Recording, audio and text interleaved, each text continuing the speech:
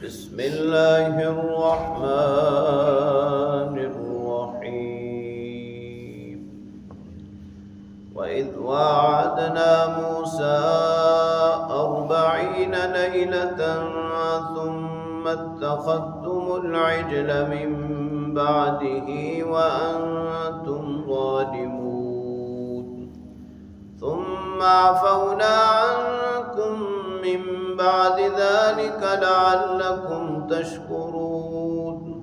وإذ آتينا موسى الكتاب والفرقان لعلكم تهتدون. وإذ قال موسى لقومه يا قوم إنكم ظلمتم أنفسكم باتخاذكم العجل فتوبوا إلى بارئكم فاقتلوا أنفسكم ذلكم خير لكم عند بارئكم فتاب عليكم إنه هو التواب الرحيم. صدق الله وصدق رسوله النبي الكريم. سورہ بقرہ کی آیت نمبر 51 تا 54 کی تلاوت آپ نے سماعت کی. ترجمہ سماعت فرمائیں. وَإِذْ وَاعَدْنَا مُوسَىٰ 40 لَيْلَةً، اس وقت کو یاد کرو جب ہم نے موسیٰ علیہ السلام کے ساتھ 40 راتوں کا وعدہ کیا. ثُمَّ اتَّخَذْتُمُ الْعِجْلَ مِن بَعْدِي، ان کے جانے کے بعد تم نے بچڑے کو معبود بنا لیا. وَأَنْتُمْ ظَالِمُونَ، تم ظلم کرنے والے تھے. ثُمَّ عَفَوْنَا عَنْكُمْ مِنْ بَعْدِ ذَلِكَ، پھر اس کے بعد ہم نے تمہیں معاف کر دیا. لَعَلَّكُمْ تَشْكُرُونَ، تاکہ تم شکر ادا کرو. وَإِذْ آتَيْنَا مُوسَى الْكِتَابَ وَالْفُرْقَانَ، اور جب ہم نے موسیٰ علیہ السلام کو کتاب تورات عطا کی. والفرقان، اور حق اور باطل کی تمیز کی قوت. لعلکم تہتدون، تاکہ تم ہدایت یافتہ ہو جاؤ. وَإِذْ قَالَ مُوسَىٰ لِقَوْمِهِ، جب موسیٰ علیہ السلام نے اپنی قوم سے کہا یا قوم، اے میری قوم، انکم ظلمتم انفسکم، تم نے اپنے آپ پر ظلم کیا ہے. باتخاذکم العجل، بچڑے کو معبود بنا کر. فتوبوا الی بارئکم، اپنے خالق کی طرف رجوع کرو، توبہ کرو اس کے دربار میں.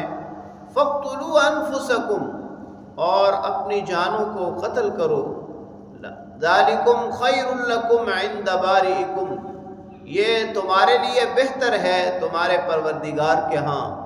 فتاب علیکم، وہ تمہاری توبہ قبول کرے گا. انہ هو التواب الرحیم، بے شک وہ توبہ قبول کرنے والا، رحم کرنے والا ہے.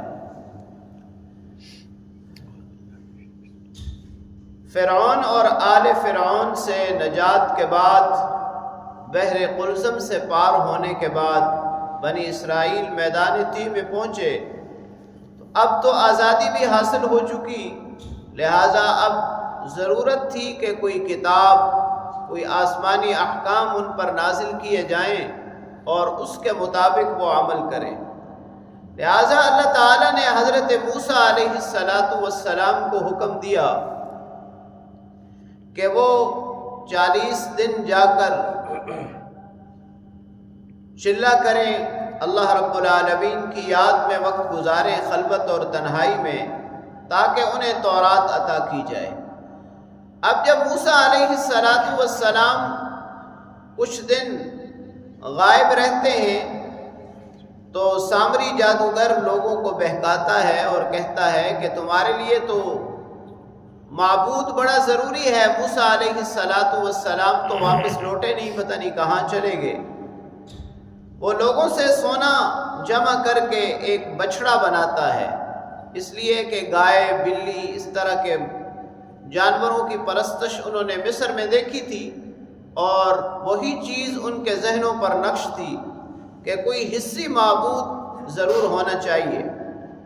اس نے بچڑا بنایا اور اس کے پاس حضرت جبرائیل علیہ السلام کے گھوڑے کے پاؤں کے نیچے کی مٹی بھی موجود تھی، وہ اس میں ڈالی اور وہ آواز بھی نکالنے لگا، اور بہت سارے لوگ گمراہ ہو گئے اور اس کی پرستش کرنے لگے۔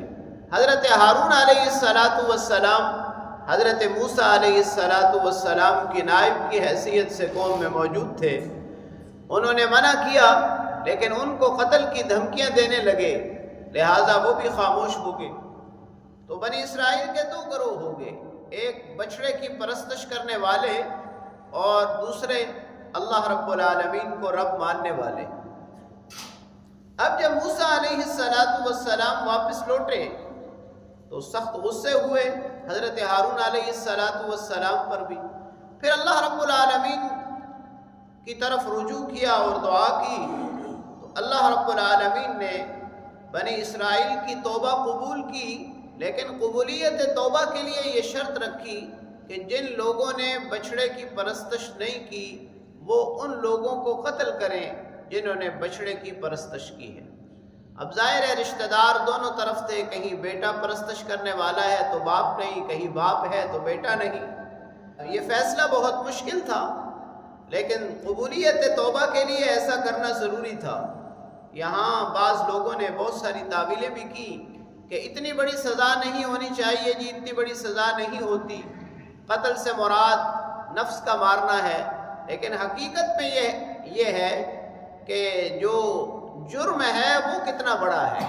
یعنی اللہ تعالیٰ نے تو ابتدا سے انتہا تک ان پر نعمتوں کی انتہا کر دی، بنی اسرائیل کو ان فرعون کی غلامی سے، آل فرعون کی غلامی سے نجات دی، چلتے ہوئے سمندر میں سے راستہ عطا کیا، من و سلوہ عطا کیا۔